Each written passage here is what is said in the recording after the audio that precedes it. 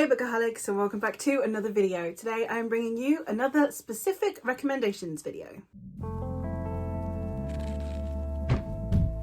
The Specific Recommendations is a series that I have going on my channel where I take a very specific element of a book and recommend multiple books like that. I have done cozy fantasy, dark fantasy, school setting, Halloween books. I have done several of these and this is my next one, and today we're going to be talking about whimsical fantasy. Now, I appreciate that there are multiple elements to what can make a book whimsical, so I have hopefully collected a nice little stack of different types of whimsical fantasy. Now, I don't normally do light fantasy. I'm a big themes girly, so I thought that the best way to go about this is to specifically talk about books that are quite heavy, quite theme heavy, but that will have a whimsical vibe to them. I have quite a few popular books on here. I have three that are relatively well known. I have one that I feel is slightly more obscure, and then one that I have never heard anyone talk about. Hopefully introducing you to some, or hopefully drawing comparisons between one that you will know and one that you've not read, etc. The first one I'm going to start out with is Piranesi. This is one of the most lauded and revered forms of whimsical fantasy,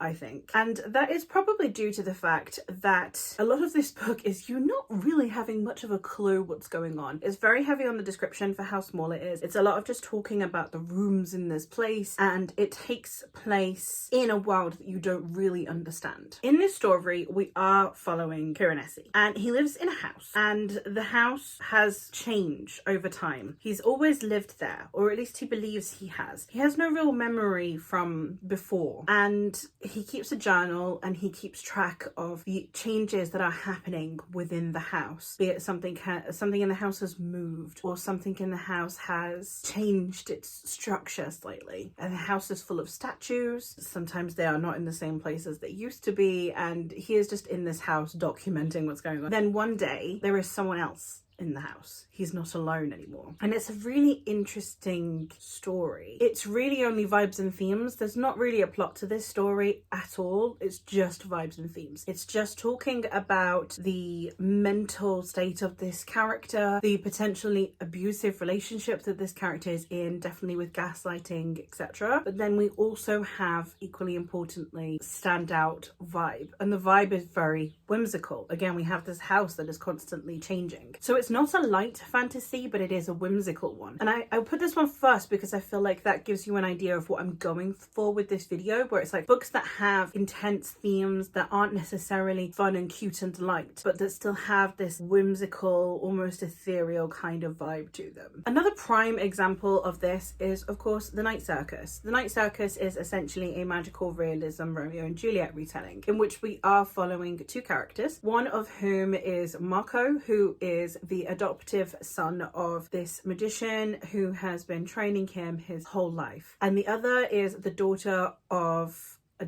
rival magician who is training her, and they are then thrust into the Night Circus to compete against each other with their magical abilities, and it is obviously eventually they fall in love. The vibes of this are entirely whimsical. We have a second person section that goes throughout the book that is basically taking you through the circus, and then you open the curtains and you enter into a room that is filled with, and it's telling you what you are seeing and what you are feeling and the atmosphere of the story. And then on top of that we have this romance, and we have this very whimsical circus setting, almost illusionist style of magic. Just all of that combination makes for such a beautiful book and such a beautiful story, and it is the epitome, I think, of whimsical fantasy. I don't think this is a surprise to be on this list to anyone, but again, I feel like putting a couple of popular ones on here means that then you will understand where the recommendations for the other books comes from. And the other relatively popular one that I have, but again is dark, is Strange the Dreamer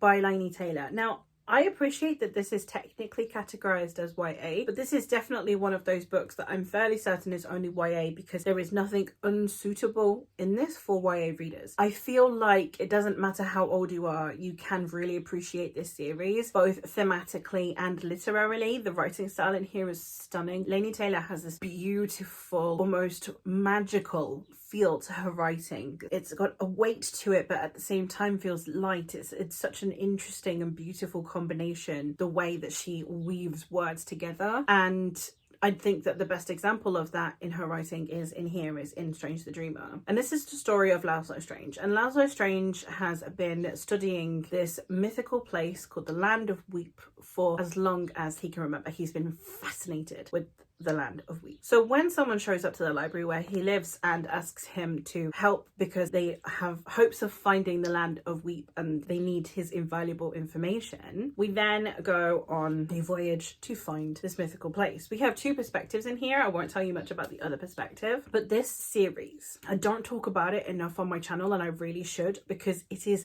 gorgeous. It is, if you are a fan of Atlantis, the Disney movie, and or Stargate, the 1990s movie, I think you'll like this. It's a whimsical fantasy version of Atlantis and or Stargate, because Atlantis and Stargate are the same movie, basically. It has such intense themes of trauma and of pain and of the impact of violence within it, while still having so much beauty to it. And we have some of the best character work I have seen, because we have characters who feel really flawed and very human, but they are good people to their core, but not because of some kind of piety or martyrdom, not because they've been thrust into a position, but more just within themselves. They are good people who are trying their best, and they will make mistakes and they will do things wrong. And it's such a beautiful book, and I really should talk about this series more on my channel than I do. The one that is mainstream, and I think people will have heard of it, but maybe less so than these others, is The Winter Garden by Alexandra Bell. I do have a physical copy of this, but it is currently with my mother. It is akin to The Night Circus in terms of the way it's written, the prose, the vibes, the whimsicalness of it. And in this story, we are following a young woman who, in the lead up to her mother's death, is visited by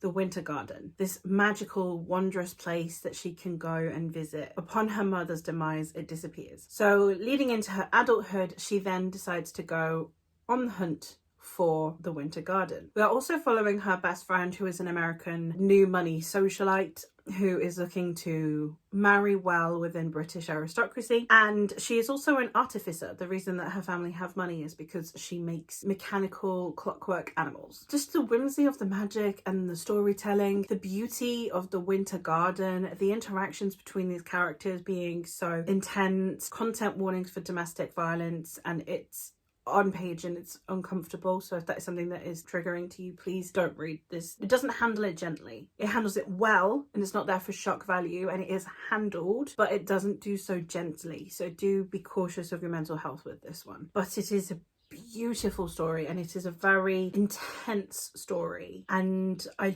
love the way this story is carried on this pretty tone to highlight these dark and harrowing themes. And the last one that I have to talk about is Brood of Bones by A.E. Marling. This was my very first foray into self-pub fantasy back in, I think, 2019, maybe 2020. This is the story of an enchantress, and she is a priestess. She is there summoned frequently to aid her people, and we have a cursed city, a deadly illusionist, and we also have our protagonist here who is cursed with essentially narcolepsy. She repeatedly falls asleep and then falls within the dream realm and has to be kind of pulled back out of it. The etherealness of the dream realm, combined with the fact you have someone who succumbs to sleep illnesses, someone who repeatedly cannot pull themselves out of dreams, being confronted with someone who is an illusionist, someone who can completely play on that. So we have